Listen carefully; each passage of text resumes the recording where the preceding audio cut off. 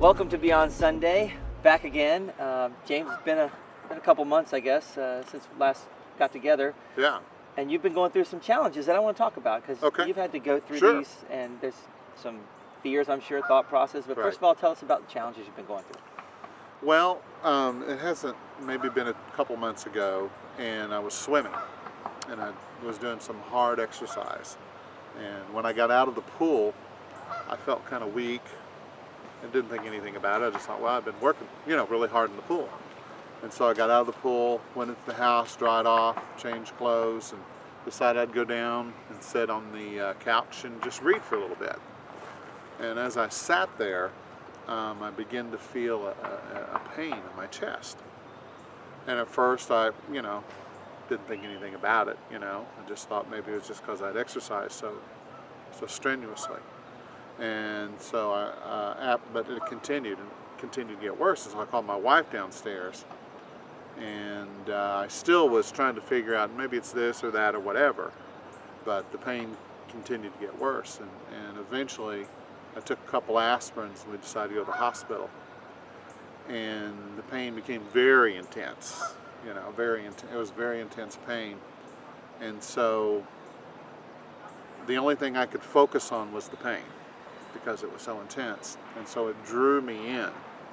And so I began to just focus on the pain, to work with it, but it stayed there, So finally, after a while, the thought came to me that maybe this was my final call. Maybe this was going to be it, And so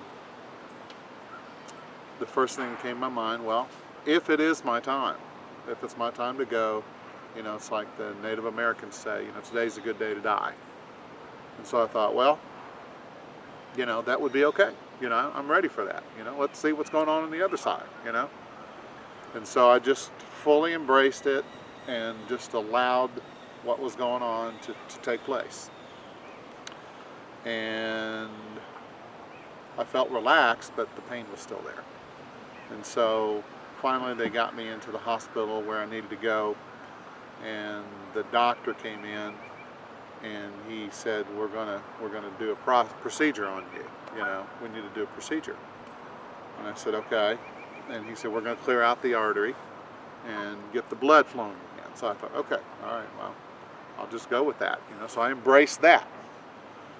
And interestingly, as I was lying on the table, there was all this sophisticated equipment around me, the monitor screens, where I could actually see what the doctor was saying. And the pain was very intense, and so I began to have what you might call a split mind experience. And in that experience, I was the guy lying on the table, but I was also, it's like I was caught up in this, into the divine mind, the higher intelligence, the organizing intelligence that puts it all together. And I'd been, focusing on that for a long time. In the Bible it says, seek first the kingdom, then all these other things will be added. I think that the kingdom is the organizing intelligence, And so as I did that, I began to feel this connectivity to this oneness, and I started understanding, not at a conscious level, but at a deeper level, some things. And one is how flexible and pliable that this world really is, Like, what, meaning what? I mean, Well, the doctor was putting a wire into my body, moving it around. I could see it on the screen. And so there was a part of me that was the guy lying on the table, talking to the doctor, because I was fully awake during this process.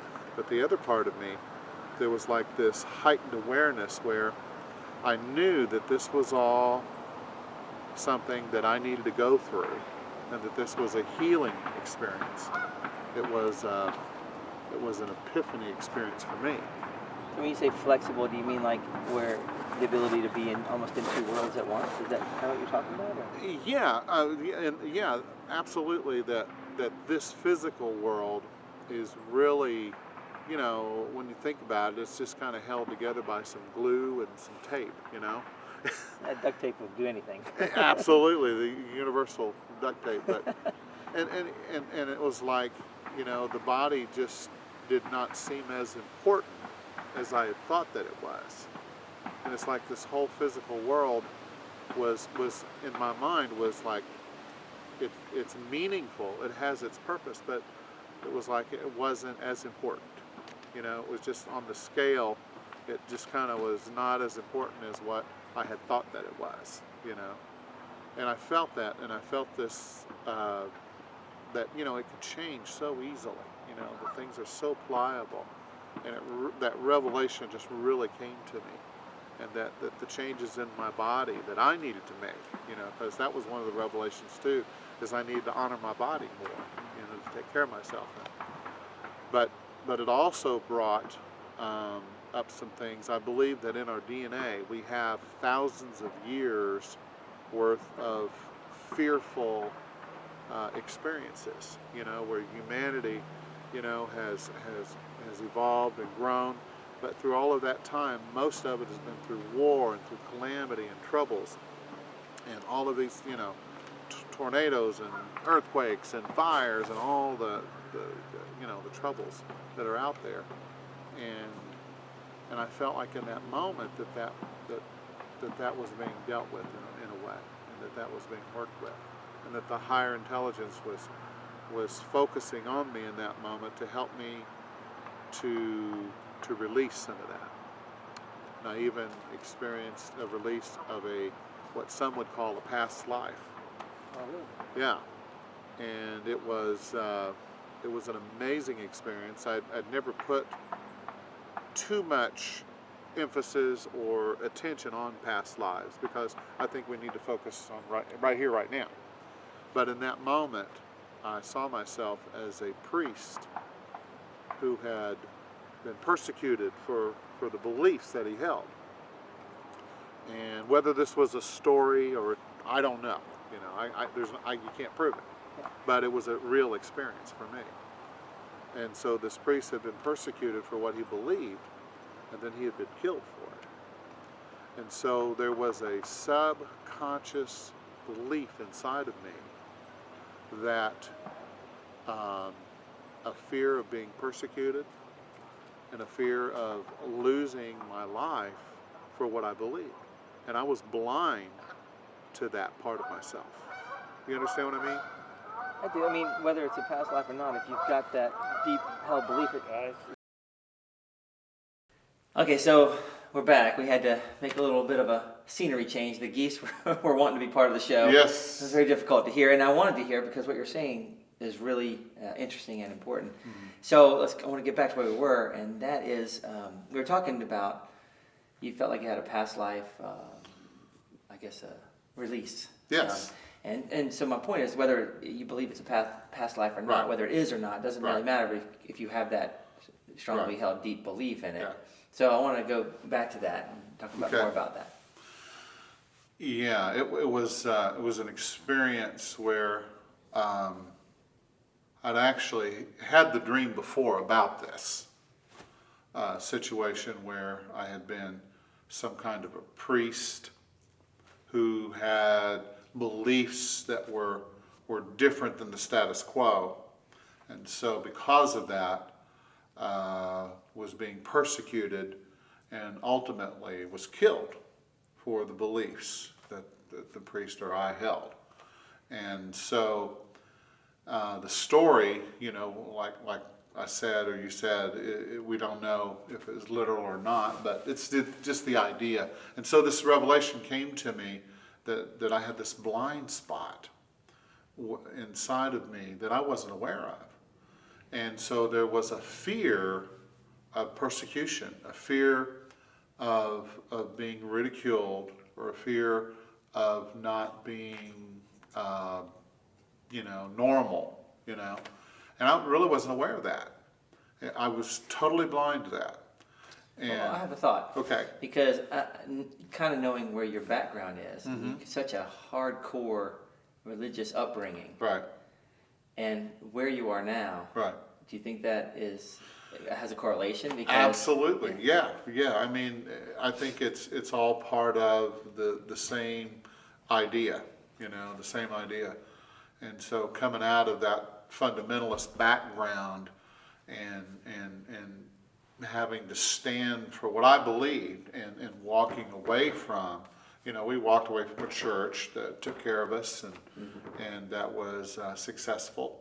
And we just let it all go because I could no longer teach something that I didn't believe. And so sure fits. it fits perfect. So anyhow, I feel like that was relieved in that moment, just as the doctor was, and I know this sounds strange maybe, but just as the doctor was clearing out the blockage, and I felt it. I literally felt when the blockage was clear. In that same instant, I felt like that there was a healing at another level as well. That the organizing intelligence was also working on me in a way that I really needed. And so the doctor was doing his part on the table, which I was very thankful for because it was very intense pain. And once it was cleared, then I felt so much better. But it was like there was two ideas, two realities going on at the same time. Because right there in the room, the doctor was having a problem with the nurse. The nurse wasn't paying attention to him like she should have, and she was on the phone talking to her boyfriend or something. There's something going on. That's a little scary when you're on the table and you're in your heart area. It's not like checking your reflexes or something. Yeah, yeah, for sure. And so, but I saw this, but I wasn't really emotionally into all of that. I felt the pain. I saw what was going on. I answered the doctor's questions. But on another level, it was like I knew that if I let it, this was going to be an enlightening experience for me. And I don't call it a heart attack. I call it my heart enlightenment. And it really was, because there was a healing of that sense of, that persecuted part of myself that didn't want to stand up and be who I was fully and totally, 100%. And so it was like there was an eye or an awareness that was open that I hadn't had before. So it was a beautiful revelation for me, and healing too. So how do you feel different now? I mean, do you feel differently? Do you act differently? Do you have a different consciousness state especially as far as that goes? Absolutely. It's like I don't care as much about what people think about me. I mean, you really feel that? Absolutely. It's a big Absolutely. shift. It's okay. Yeah. And it's okay. Because I really don't like you. Okay, that's okay. I'm just gonna see if it was real. It really. Yeah, it's okay because